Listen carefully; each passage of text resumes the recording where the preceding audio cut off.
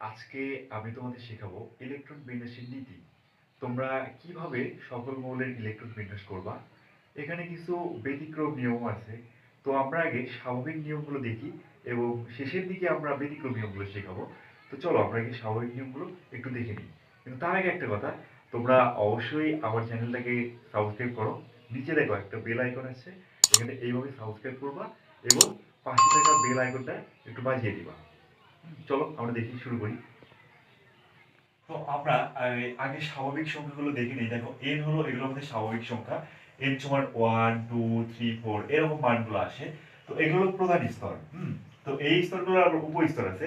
উপস্তরগুলোকে S P D F এগুলো দ্বারা প্রকাশ করা হয়। এই যে দেখো এস পি ডি এফ, এই চারটা হলো আমাদের উপস্তর। ঠিক আছে। তো এখানে দেখো এন সমান 1, এর উপস্তর হবে একটা। কয়টা? একটা। 1, এই যে 1, এটা মনে রাখবা যে এখানে 1 তাই এখানে 1, 1 ইজ একটা। ঠিক আছে। এইভাবে একটু শর্টকাট টেকনিক করে মনে রাখবা। এটা দেখো আবার 2, তার মানে এখানে হবে 2s, 2s 2p। এর উপস্থিত কয়টা হলো? দুইটা। s এর পর p আছে এইজন্য এরপর দেখো এর উপস্থিত হলো তিনটা। এটা 3 না? তাহলে 3 থেকে শুরু, 3s 3p, এই তারপর 3d। বুঝলা? 3s 3p 3d। তারপর দেখো আমাদের এইটা, এটা 4 থেকে শুরু না? তাহলে 4s 4s 4p 4d 4a, এভাবে চলতে থাকবে। যাই হোক, তাহলে মোটামুটি আমরা কিন্তু বুঝে নিলাম যে এই উপস্তরগুলো, তাই না, ইলেকট্রন বিন্যাস করার সময় আমাদের এই উপস্তরগুলো লাগবে। তো এগুলোর একটা ধারাবাহিক নিয়ম আছে। যেমন এইভাবে দেখো, প্রথমে 1s, প্রথমে বসবে 1s, 1s থেকে বড় হলো 2s, 2s থেকে বড় হলো 2p। ঠিক আছে।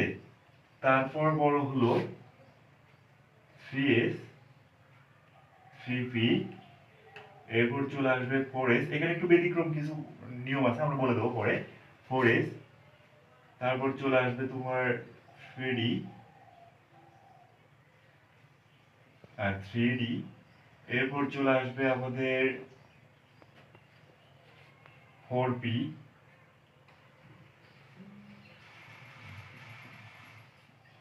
এরপর চলে আসবে আমাদের 5s।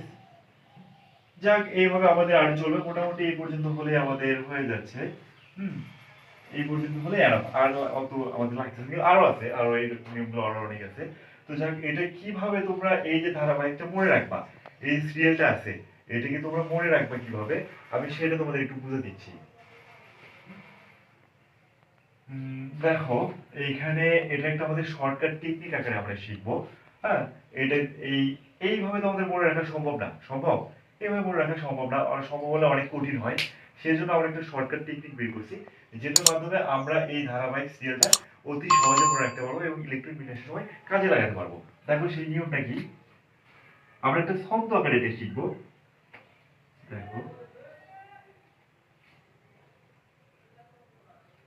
শোনো শোনো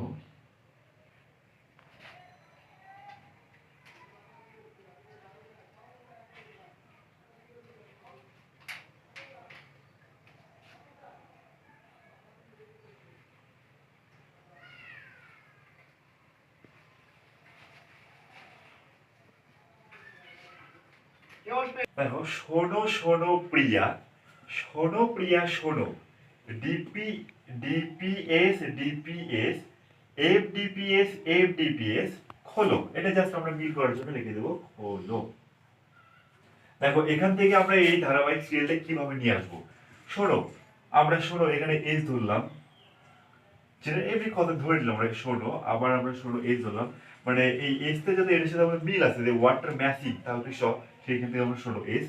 আবার প্রিয়া, পি এর সাথে হলো পি এস, এখানে প্রিয়া পি, এখানে হলো এস। তারপর দেখো DPS DPS F DPS F DPS.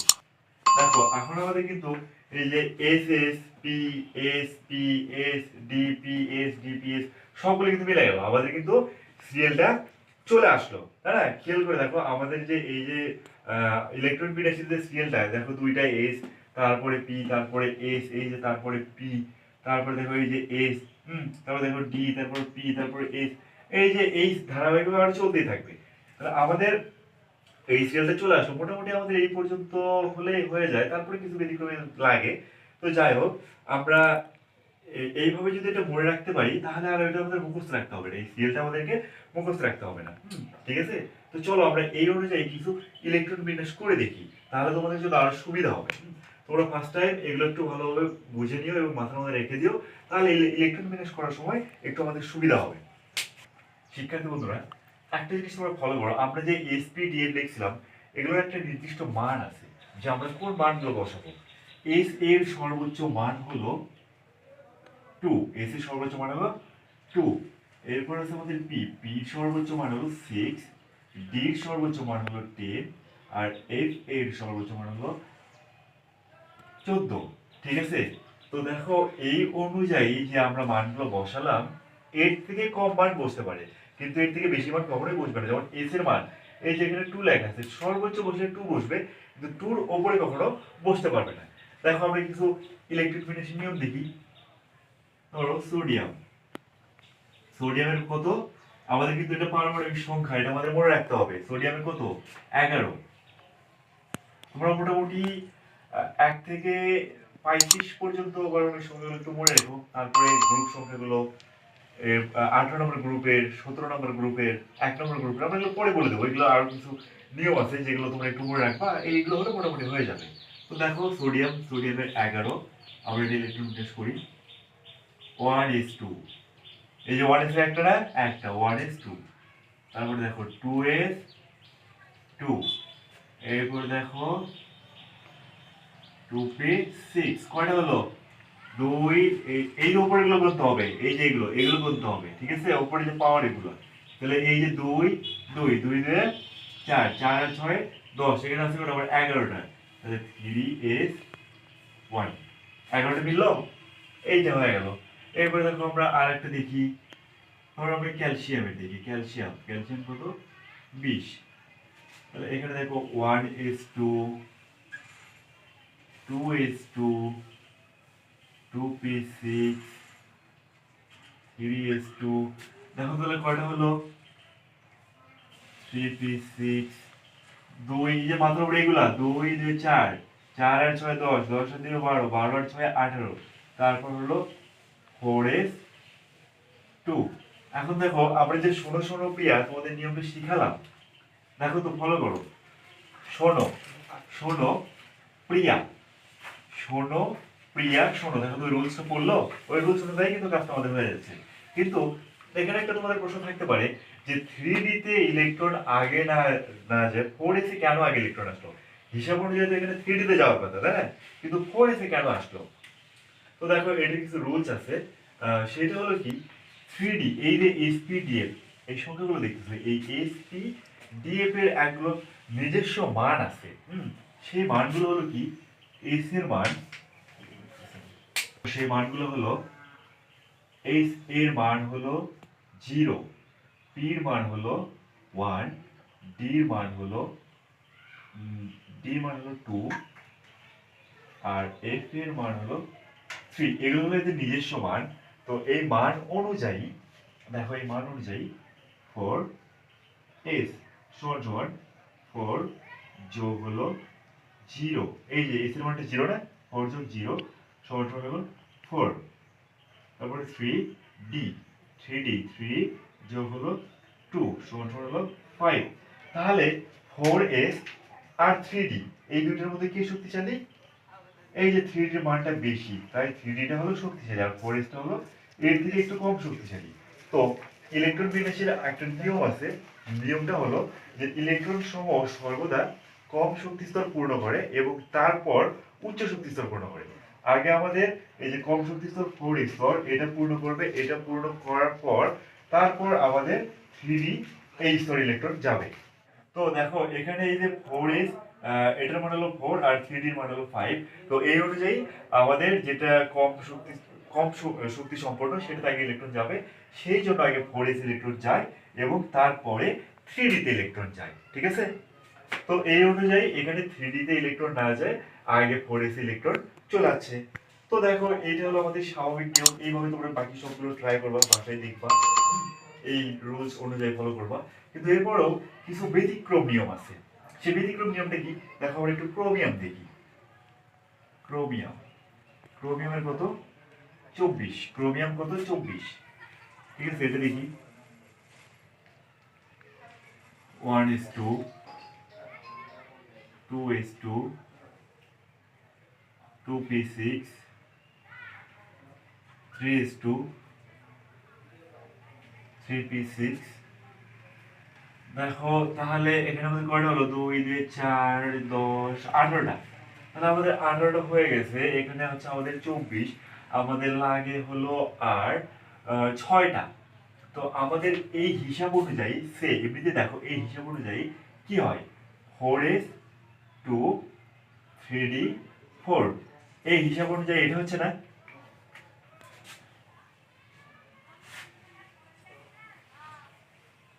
এই হিসাব অনুযায়ী আমাদের কি হয় 3d সরি 4s2 3d 4, এই হিসাব অনুযায়ী যদি আমরা লিখি তাহলে এইভাবে হয়, তাই না? কিন্তু আমরা বলছিলাম যে এটা একটু ব্যতিক্রম। এই ক্ষেত্রে আমরা আমাদের মনে রাখতে হবে ডি অরবিটাল সবসময় পূর্ণ অথবা অর্ধপূর্ণ থাকতে ভালোবাসে, যদি সেটা সম্ভব হয় পূর্ণ অথবা অর্ধপূর্ণ।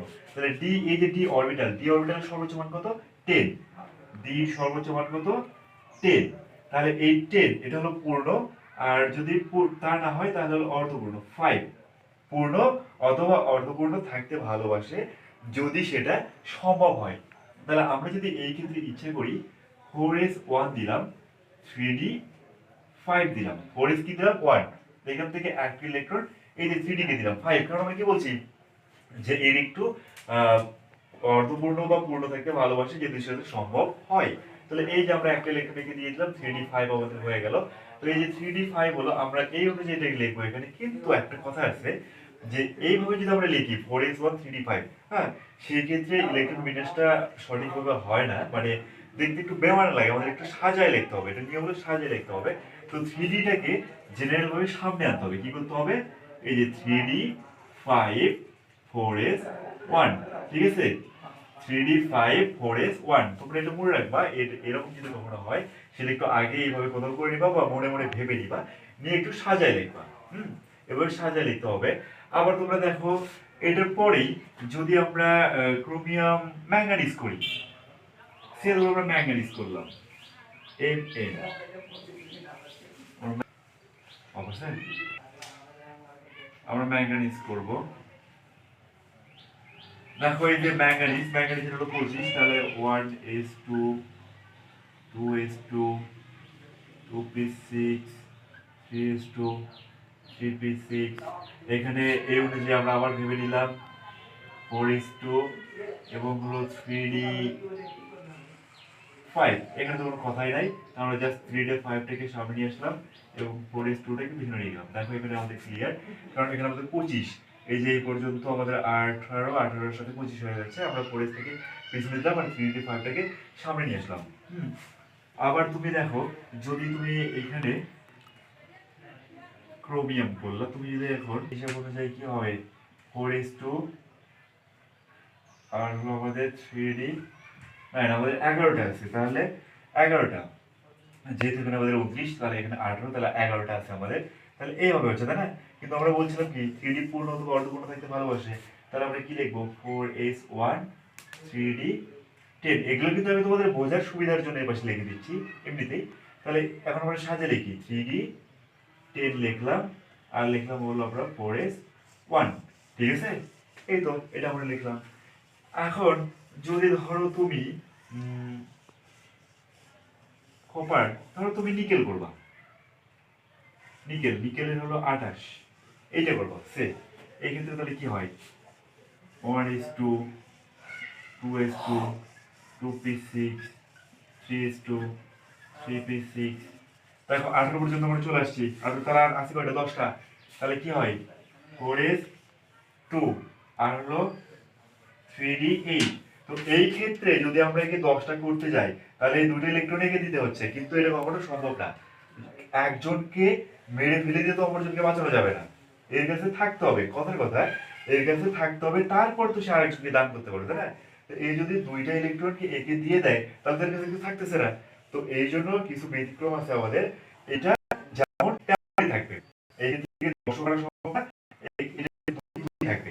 তো এই কিছু হবে জাস্ট এরকম 3 8 4 2, এটা কি এটা ইচ্ছা করলে 10 করতে পারবো না, কারণ এটা একবার বাদ দিতে পারবো না, ইম্পসিবল, সম্ভব না।